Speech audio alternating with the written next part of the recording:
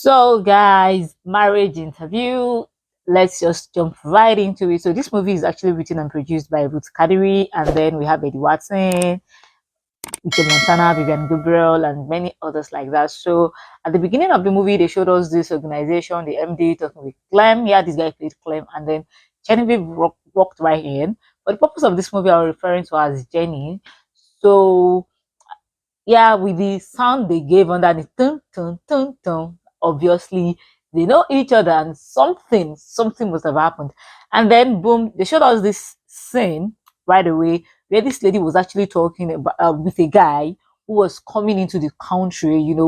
I think they've been having this kind of phone date and they've not met each other before. So the guy will be coming into the country, they'll be seeing, and then she already plans it like, oh my god, I'm gonna have fun, I'm gonna see my boo, those kind of feelings in your head. Exactly. That was what just happened here.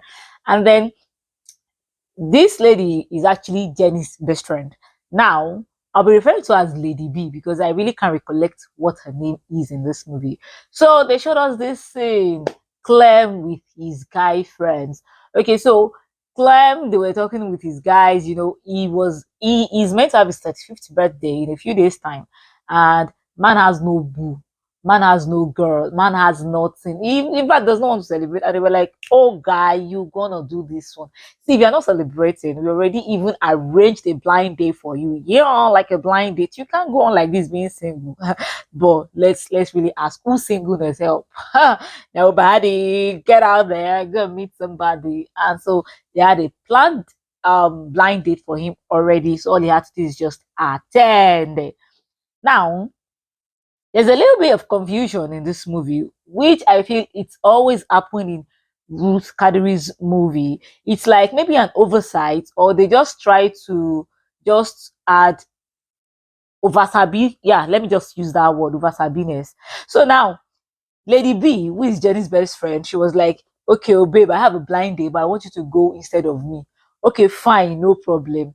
Now, she doesn't want to go, and she was not like, "Why can't you just cancel the blind date?" And she was like, there is a policy on the dating app that you cannot stand, you cannot, you sure cannot make your date wait there without showing up. You understand the English, and you cannot cancel as well. Like you must. Okay, hold up. Take it back. What if life emergency happens? Like what will happen? This is Nigeria, for crying out loud. We all know that those kind of policies, those kind of rules, they don't happen. It's not as if they know our house that they will not come and arrest you for no going. So you see this particular part, you do my body one kind, because it doesn't really look genuine and real. You understand? They could have actually written it in a way, you understand? I don't know. They could have written it in a better way. Yeah, that's what I believe. The idea of policy of counseling and so on like that, it was unnecessary. It wasn't real, and it doesn't look like a thing. Even outside Nigeria, it doesn't look like a thing. Okay, fine. Jenny agreed to go instead of Lady B. She agreed that okay, I'll go for this blind date, and again, blind date decided to happen. Clem actually got to the blind date before Jenny. Now, what made Clem go at the end of the day was because he has an elder sister, and this elder sister has been on his neck that you have to marry. Like, guy, you must marry. So it's either he goes for the date or they bring in one lady. I think they named the lady Amaka, and he doesn't like the lady, obviously, so he decided to go for the date. He got to the date, he was waiting for the lady to come, and all of a sudden she came, and this guy, man, Clem is rude. Like, a guy cannot talk to me like that and go scot-free. Like, dude, this girl, she even tried, she sat down to even say, okay, well, let's talk about this thing. Dude, the moment I got there and they start saying traffic, blah blah blah blah blah, I was just looking like this. But I know I don't want fights, that I don't want to talk. I won't say anything.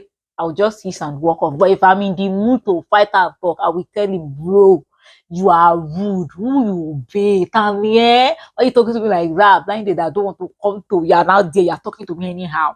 But then she sat down, and then the guy actually farabale yabbed her. Then she yabbed her own back, and then the whole day scattered. Everybody went their way. Both of them reported to their friends. what happened, which is normal. And then they now took us back to this office, which I believe it was a mistake. I mean, the first scene where they showed it, it was probably a mistake or an oversight for them, and there was no way they could actually edit it away, any longer. So they showed us, and Clem was like, MD, I am not doing business with this company because this girl is rude. Like, bro, you two, you were rude. Have you forgotten? You insulted her first. Like, that was what my mind screamed at me. But the guy was like, yeah, well, I don't blame him. He has the upper hand. He has the money. He's the one doing business with them. What do you expect? Nah. Anyways, Sha, the MD threatened Jenny, if you do not get this guy to sign this contract, to do business with us, you are sacked, man. And in Lagos, where there is no job, man, you got to do the work. Anyways, the lady started stalking the guy, calling the guy, messaging the guy, and so on like that. The friend tried talking sense into Clem, but Clem felt to know that if not for the fact that the girl needs him, to work for the company or sign business, or that her work is at stake, she would never apologize to him. But as fate would have it, he found out that it wasn't Jenny that was meant to come for the blind date. So, she has to honor rude and an imposter. Hey, madam, how are you going to sort that? That was what came to my head. Anyways, I know that they will sort it because the end of the movie can actually be seen from the beginning. Clem and Jenny are going to get married. I mean, it's obvious. So Clem invited Jenny to his house, and then she went. Luckily for her, Clem's aunt came around, sister came around, and he was like, dude, you have to get married to Amaka. We are already arranging the marriage rights and so on like that. I don't understand. He's 35, he's not 50, he's not 60. Why are they forcing marriage on him? Aside from that, some people have decided that they won't get married, that they would remain single. I don't think there is a sin in that. Anyways, let's continue. So in a bit to run away from this whole Amaka of a thing and not get married to Amaka, he lied that the lady in the sitting room, Jenny, she's my babe, that me, I'm not doing Amaka. And I was like, wow. And I like this lady here for one thing. She's a really, really good actress. Like, she played this part very well. The expression, the way she was talking. Oh, I've told him several times to call me sweet names and so on like that. It's actually a good thing because she really, really played it out well. So after that, the guy had an arrangement with her, like, okay, be my fake girlfriend for the next 2 months, and I'll do anything you want. Like, ask me anything. Like, guy, are you still asking her to ask you anything? You already know what she's going to ask for. Obviously, don't they do with my company? Like, guy, what are you waiting for? That's what I want. Duh. Okay, so they started with the fake dating. The guy signed the deal with the company, gave her a raise as well, and then the fake dating, you get cash feelings. In 12 months, she cash feelings. Which kind of feelings are you cashing? Auntie Jenny, let's ask you, what kind of feelings are you catching? Anyway, she catch feelings, and the guy, not like the guy was not catching feelings, but the guy was hurt from his previous relationship. He had a wife before, an ex-wife who manipulated him, lied to him, and then followed a richer and a bigger person. Go. You understand the level. Anyways, then it was time for the guy's parents to come into the country, and this was when they made us realize that the guy is actually a prince, and he was meant to get married and have a child before he can be crowned the king. The reason being that the king is already sick and he really can't take up all the activities of the running the palace, the companies together, and so on like that. So the parents were coming from outside Nigeria, and they were so eager to meet with Jenny, but the guy felt we are in a fake relationship, so why should she meet my parents? And it's actually true. It doesn't make any sense. But the girl, she's already belly full of love. What your felt? I want to meet your parents. There's no big deal. Until there's big deal. Face your work. You've already gotten everything they promised you in return. So leave. Take a walk. Like, why? Anyways, the parents, they didn't meet her, but I guess it was like my parents are going to spend 2 days, but they extended their stay to like 4 days. So she wanted to go and drop his key because he gave the girl the key to his apartment, and then she got there, she met the parents, which was quite predictable that she was going to meet the parents anyways. And they were like, "Oh my God, Jenny, I like you," blah blah blah, blah. And so like that. The queen even collected a phone number first time of meeting. Anyways, let's just say they like her personality and all. Now,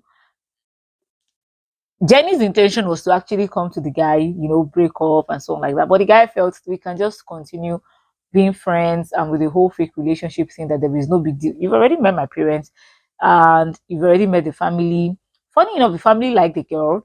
And then one day, Clem's sister came to meet Jenny and she was like, I want you to seduce my brother because if you do not seduce him, he won't do it. Now, my question to these people that did this film is this: is it that the sister know that they are fake dating, or she know that they are not knocking? Abi? Because I don't understand. So our own mission is to seduce him, get pregnant, so that the guy can actually get married to her and take care of the baby. But Lady B, our best friend, was like, see, it doesn't make any sense. That means you're manipulating this guy, you're lying to this guy. What if eventually, I thought about the fact that what if eventually you got pregnant, the guy marries you, but the guy doesn't love you? You understand? You'll just be there like the trophy wife. Like he won't really care about you. He cares about you, but he doesn't love you. At the end of the day, he's going to find somebody or he's going to meet someone else that is going to love, and then you will just be there. Mind you, you forced yourself on him. That's just it. Would you rather live a life like that? But then, thankfully, Lady B was able to talk some senses into Jenny's head, and she actually tried seducing Clem, but her mind could not go through with it, and she had to confess and be like, okay, I have a confession to make. Confession time. How father love. Okay.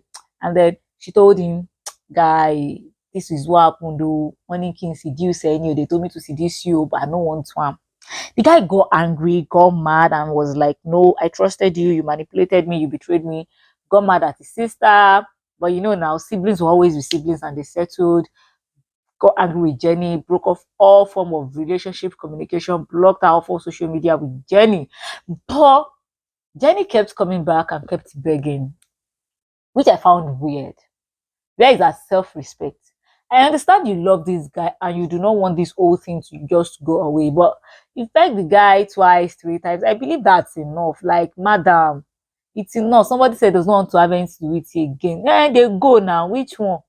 Now, he has made it clear he does not want to have anything to do with you. You realize that you cannot cope because you guys see in office, you meet in company meetings and so on like that, and he doesn't look at you, doesn't talk to you. You were feeling bad, you wanted to move on, and you need to leave her environment, but you have to write a letter to claim that you are leaving the environment. Who does that? So if you had not written a letter to claim that I am actually leaving this environment to heal and something like that, Clem wouldn't have come to you. Me, it's like you're begging for his love. Oh. Which kind of level with that one now? I beg. You've even tried your best. You met with the friends to beg him on your behalf. The sister begged him on your behalf. They didn't listen. Hey, Egbami. It was now until he saw your letter and I was like, let me go and forgive this girl. Anyways, that's how me I see it, His lack of self-respect because nah, never, like never. Anyways, Clem and Jenny, they ended their squabbles, they ended their fights, and they got back together, and everyone lived happily ever after.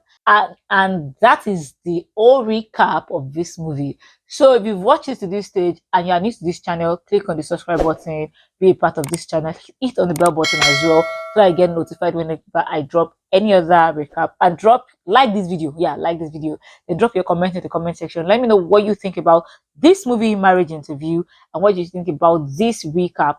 Now if I'm going to rate this movie, I'll rate this movie 6/10 simply because from the get-go, the end was quite predictable. I don't like the idea that Jenny was begging and kept begging for love. I don't fancy that idea. And the last thing is the fact that why did they title it Marriage Interview? Because I was expecting them to be interviewing different women for marriages. Yeah, that was what I was expecting. So I do not understand why they titled it Marriage Interview. Anyways, those are the reasons why I decided to rate this movie 6/10. However, talking about the cinematography, videography, the editing, and the interpretation of scripts. Everyone did a great job. Everyone did a fantastic job. I'd recommend this movie for you. If you still want to watch it, you can go to Ruth Kadiri's channel. The link is in the description box below. Go and watch it and enjoy it. Till I see you some other time, guys. Bye. Subscribe.